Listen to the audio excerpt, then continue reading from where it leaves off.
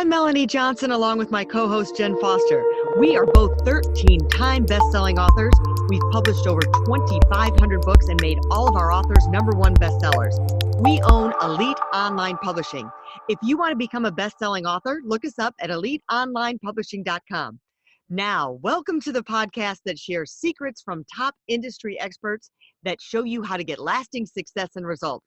This is the Elite Expert Insider Podcast. Hey everyone, it's Melanie Johnson. I hope you're having a fantastic day. I know we are. Jen, how about you? Yes, it's a wonderful day. We're super excited to be here today with Siddharth. Really excited.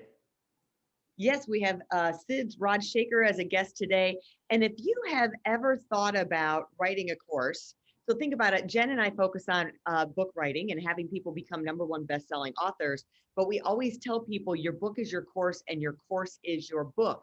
Just like your podcast is your book and your book is your podcast. So all of those things go together. So we thought it would be amazing to bring on a digital course expert. And digital courses are just blowing up these days because, we had COVID, everybody's locked in and learning is limited. So online learning is just blowing up. So if you've wondered, how do I get started? What do I do?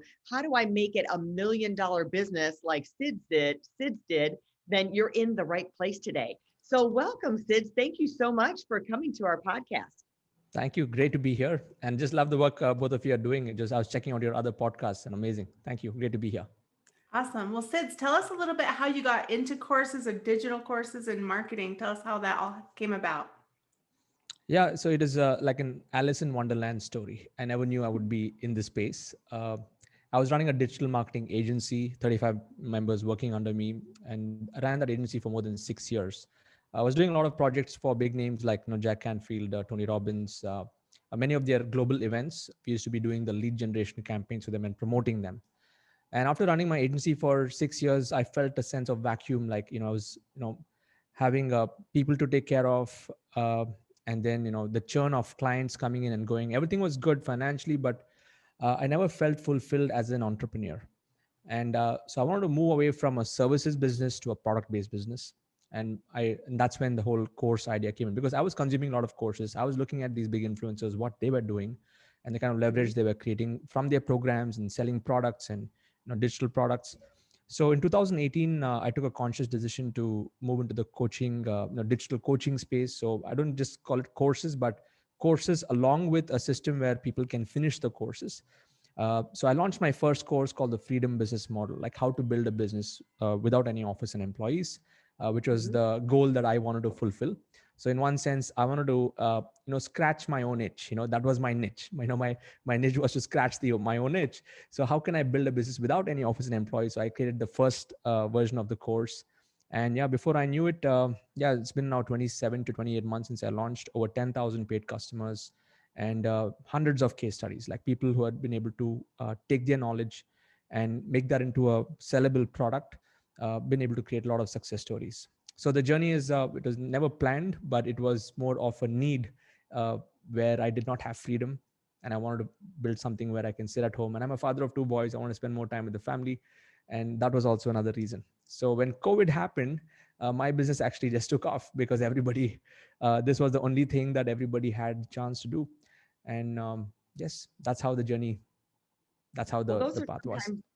The best journeys when they're unexpected, right? You didn't actually plan. That's how our publishing business started the same way. It was organic. It just all naturally happened and took you to the flow of the way the world wanted to take you. So, Yes. you did have COVID to your advantage of the digital world, but really, everybody would like to say, how do you sell 10,000 courses? How do you make it effective? So like 2 things, getting people to buy the course. And I can't tell you how many times Jen and I have bought something and it's just sat there and we never opened it. It's like, oh man, Yes. we've got Yes. 3 courses we just never done. All this knowledge sitting there, we just haven't done it. So how do you get people to buy the course #1 and blow that course business up to market it? And then the other part of that is how do you get them to actually take it? And so you can have those testimonials that they have success and make you feel rewarded at the end of Yes. the day that you help somebody. Absolutely. It's a fantastic question because The sad truth about the e-learning industry is like anyone buys a course on Udemy or any of these places, only 5% of people complete the courses. So they just go and Wow. impulsively buy because there's a deal that's happening there, and they don't do anything about it. They watch the first video or the second video and that's it. They don't go back to it. And I've been a victim to that as well. I've actually bought many courses like that, spent thousands of dollars and never really taken it forward. So I wanted to change the approach to the whole game. So the approach is more of selling memberships and not selling courses. Hmm. Courses is only one part of the game. So what happens is I have a very low ticket front end entry point. So basically I've created a funnel. So I have a 3-step funnel, and I tell all my students also, you create a 3-step funnel for you to launch your knowledge business. The first step of the funnel has to be a low ticket entry point around the $100 price point, which is very Mhm. easy for people to get into. And when people invest $100, they're not just going to get a bunch of courses or like a bundle of courses, but they're also going to be a part of a community where I show up every week and I answer their questions every Thursday. So it's not just a course, but they're going to be a part of an accountability system, and where I'm able to clarify things on a weekly basis. So that's the first step of the funnel. And usually the first level course, not just for me, even my students, I tell them that you have to create a conceptual course. So for example, if somebody is a healer, um, they have to create a course just sharing all the concepts on how healing works, how people can heal themselves. And this is just an example. And then the second level should be an implementation course. So the first level is where you give them all the foundational elements, and the second level is where you make them go and take action and you put them through a challenge. So I have a 30-day challenge in my level 2, where in 30 days people actually set up their systems, and there's a whole gamification over there where as they complete different levels of setting up their systems, they also get awards and rewards and recognition also within the community. So that really creates that momentum within the community for people to move up. And level 3 is more to refine and scale. So I do group coaching at a level 3. It's one to many group coaching, where people who are creating their courses, who are setting up their systems, who are building their own communities, I do a live audit of what's happening in their business, whether it be their ads, whether it be their curriculum design, whether it be their niche. They're not very sure about it. So I get people on a hot seat, and I review that. So my price points of my products range from $100 entry point to a $300 to $500 mid, like this level 2 program, and then take them to $1,000 level 3. So since I'm targeting only for the India market at this point, I've kept the pricing like to match the market over here. And with just this, with this model, I've been able to scale it up. So coming back to the core question is how I've been able to sell 10,000 is every week I do one webinar. So Mhm. I post a lot of pieces of content on social media. For example, my YouTube channel has over 300 videos as of today, and I'm very active on Facebook. I have a Facebook group with over 75,000 people in that group. So I keep sharing valuable pieces of information over there and keep driving all my traffic to one webinar a week. So in every webinar, I have at least 300 to 400 people who show up, and I do around 10 to 15% conversion at a $100 price point. So every week I add in at least 100 to 150 customers in the front end. That's around 500 to 1,000 customers a month, depending on how much I spend on ads. And it's been beautiful because I'm not selling my time. I'm only selling the membership. And once they come into the community, everything is systematic learning, and I just show up once in a week to answer their questions. So, and as they're going through that journey, going through my videos, all my courses, naturally upsell them into the second and the third level. Mhm. So that's my process. Like how all the rivers lead into the ocean, for me, every piece of content leads into my weekly webinar. And I've just kept building momentum on that. So I started with 30, 40 people in webinar, then slowly became 100, then 200, 300. I've done webinars even with 1,000 people. And it's been, I've just been focusing on that. Yes. I love that. So streamlined, right? You've got your model, you've got your system, Yes. and then it's just a funnel from there, right? That keeps people in, Yes. and you keep them engaged by being live, which I really like that, because Yes. then they feel that personal connection. Mhm. Absolutely. That's really awesome. So you teach this as well, right? You have a course about teaching how to do this. Yes. So whatever I do for myself, I make my students replicate it for their own niches. So I'm doing it in the coaching niche, but there are people from all walks, like business coaches, we have career coaches, we have health experts, We've got relationship experts and stock market experts, but they're modeling the same framework for their own topics. Yes. Mhm.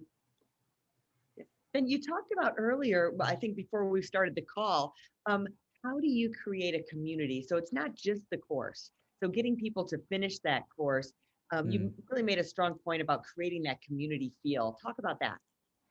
Yes, I've been a huge, fan of community building right from the beginning. I mean, even before I started this, because I've also been learning from other mentors who talk about the future not being just about selling products. It's not about transactions. It's about relationship building. It's about long-term relationship building.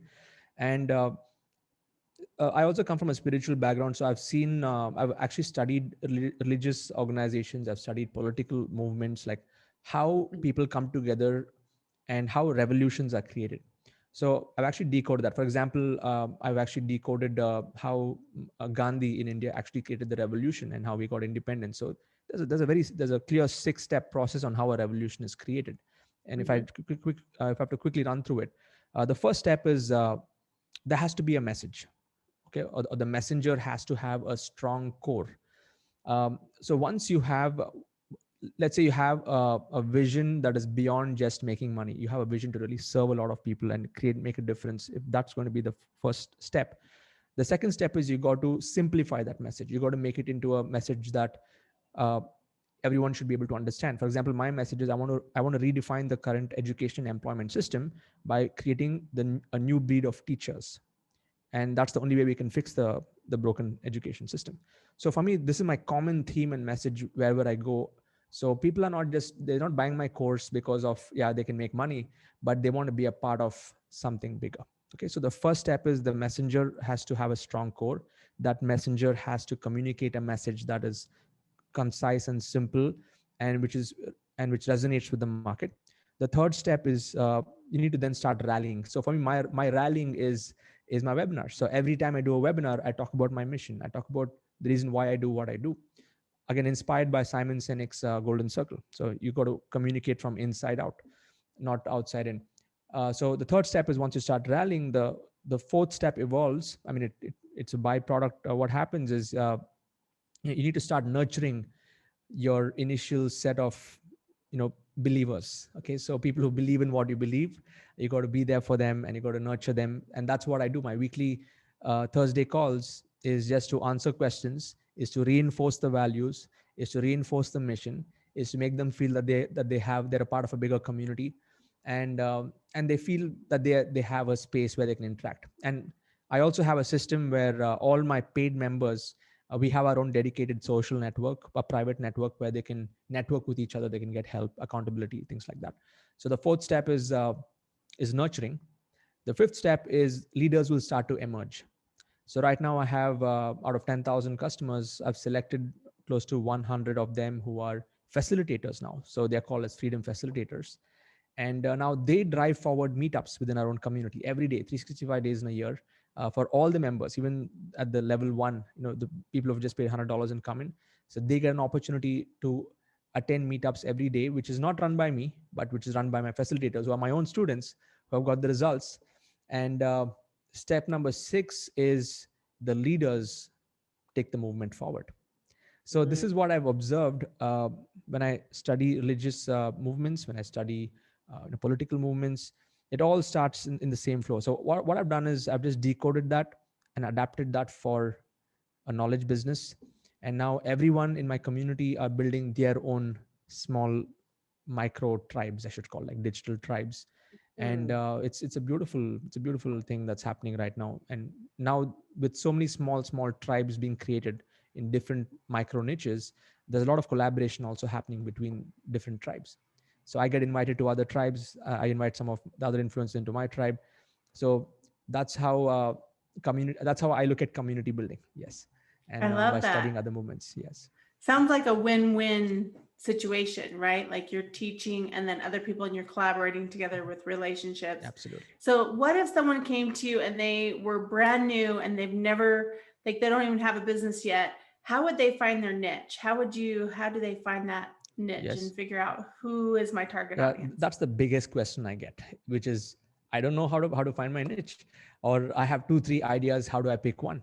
So I have actually developed a niche process which is pretty solid, and I've actually helped people find their niche within a day. If they follow, I have again a system over there. I'm a very systems guy, but just to make it simple over here, a niche. I'm.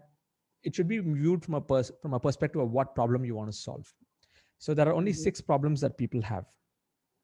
They either have a business problem, or a career problem, or a money problem, or a relationship problem, or they have a creativity problem, and there's one more. I think I'm missing out. There's one more problem. So health, wealth, money, relationships, and personal development. They want to improve as a person. So there are only 6 problems that are there. So the first step is they need to identify what problem they want to solve. The second step is what method or tool do they want to use to solve the problem. So for example, if I want to solve a business problem, like in your case, you're solving a business problem, and the tool that you're using is publishing. So if an author can publish a book, they're going to get more visible, and they're going to get more business. So you're solving a business problem, and the method or the tool is by becoming an author. And then you could go even deeper. Like in some cases, I have people in my community who are say yoga experts. So rather than just calling themselves as a yoga expert, they narrow it down still further. Like they want to, like few of them are yoga experts, and they help only mothers get back into shape after pregnancy. So it's a micro positioning over there. So as far as the niche selection process is concerned, is first is to identify the problem. Second step is to identify the method that you want to use. The third step is to then narrow down on the market that you want to serve, the micro market.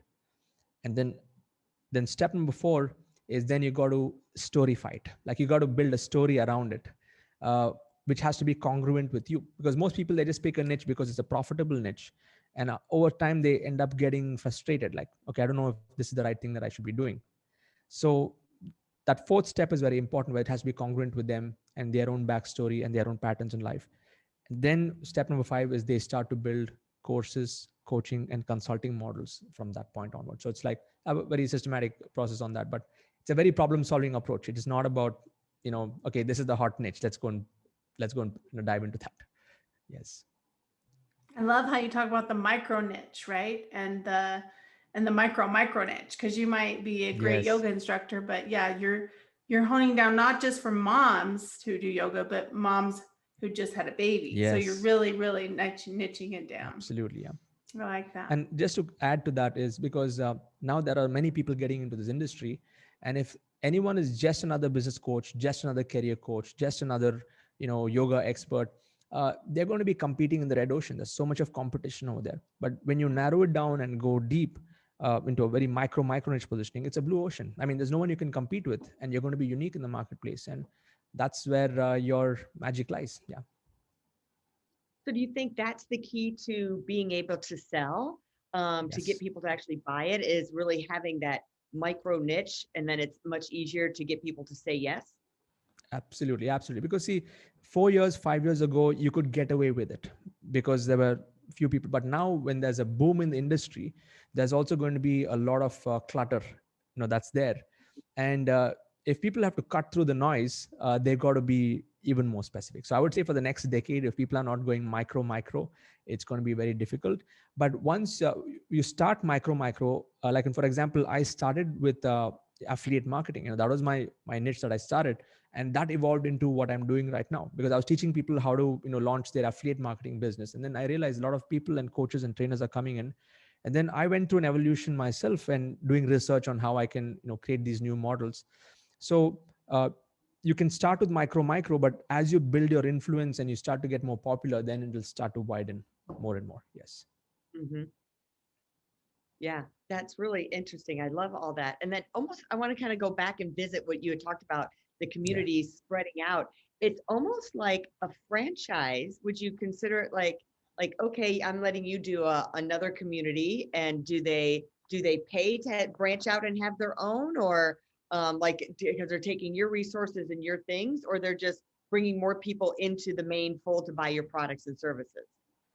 Yeah. So it's not a franchise. So for example, if someone is a stock market expert in my community, I encourage them to build their own community. So my community is, I don't allow anyone to promote themselves in here. It is more for them to get value over here. So we have some guidelines on no self-promotion happening in here, but there's collaborations that happen. But I make people build their own communities. I make them model whatever I'm doing. And if they want to partner with me, we have a partner program and all of that stuff, like an affiliate program. But the main thing here is I want people to be independently building their own community and their own tribe, and digging their own well from which they can pull out and drink fresh water whenever they want. So they're not dependent on me, they're not dependent on anyone else. They're building their own business. Yes. They're having their own micro niche. Yes. So Yes. it sounds to me, and my son told me this the other day. I said, I'm trying to teach you to fish versus me giving you fish. He goes, no, Mom, you're giving me the lure, the right line. You're giving me the fishing hole that I should sit at. And that's what I think you're giving your clients, is that sort of thing. Absolutely. Yes. That's wonderful. Well, tell people where they can go to find you, or if you have anything you want to give away, you can do that. Thank you so much for that. Best place to connect with me is on my YouTube channel, because I keep posting a lot of case studies and videos and in-depth tutorials there, at least twice or thrice in a week. So just search for me, Siddharth Rajsekar, on YouTube, or you could even go to sidz.co, sids.co/YouTube, and you can subscribe to my YouTube channel. And I have a free gift for your audience, a course called the Digital Coach Blueprint. It's a course where I actually get into how to develop a knowledge business stack, how to set up your knowledge business systems, and how to hone your knowledge business skills. There are 5 important skills that you need to master if you want to be successful in this game. So if you want to get your hands on that course, you can go to sids.co/blueprint, and you can get that blueprint course. Yes. Fantastic. Well, we're so happy to have you there. I have like 3 pages of notes, just so you know, from this interview. Me and I'll too. probably listen to it again, just to make sure I got everything. So we're so happy to have you. Remember, if you are thinking of writing a book, or you have a course and would like to turn that into a book, then make sure you contact us at Elite Online Publishing. We guarantee all of our authors that will make you a #1 bestseller. We've done that for every single author since we published our first book. So just reach out to us at our website, and we will see you next time. Thanks. Thank you. Have a great day. Hey, are you looking to increase your revenue, build credibility, and elevate your brand? This podcast is brought to you by Elite Online Publishing, an innovative publishing and full spectrum marketing company. They will publish and market your book to make it a #1 bestseller. Becoming an author is the best way to market your business. So contact them at eliteonlinepublishing.com today. All of their authors become #1 bestsellers.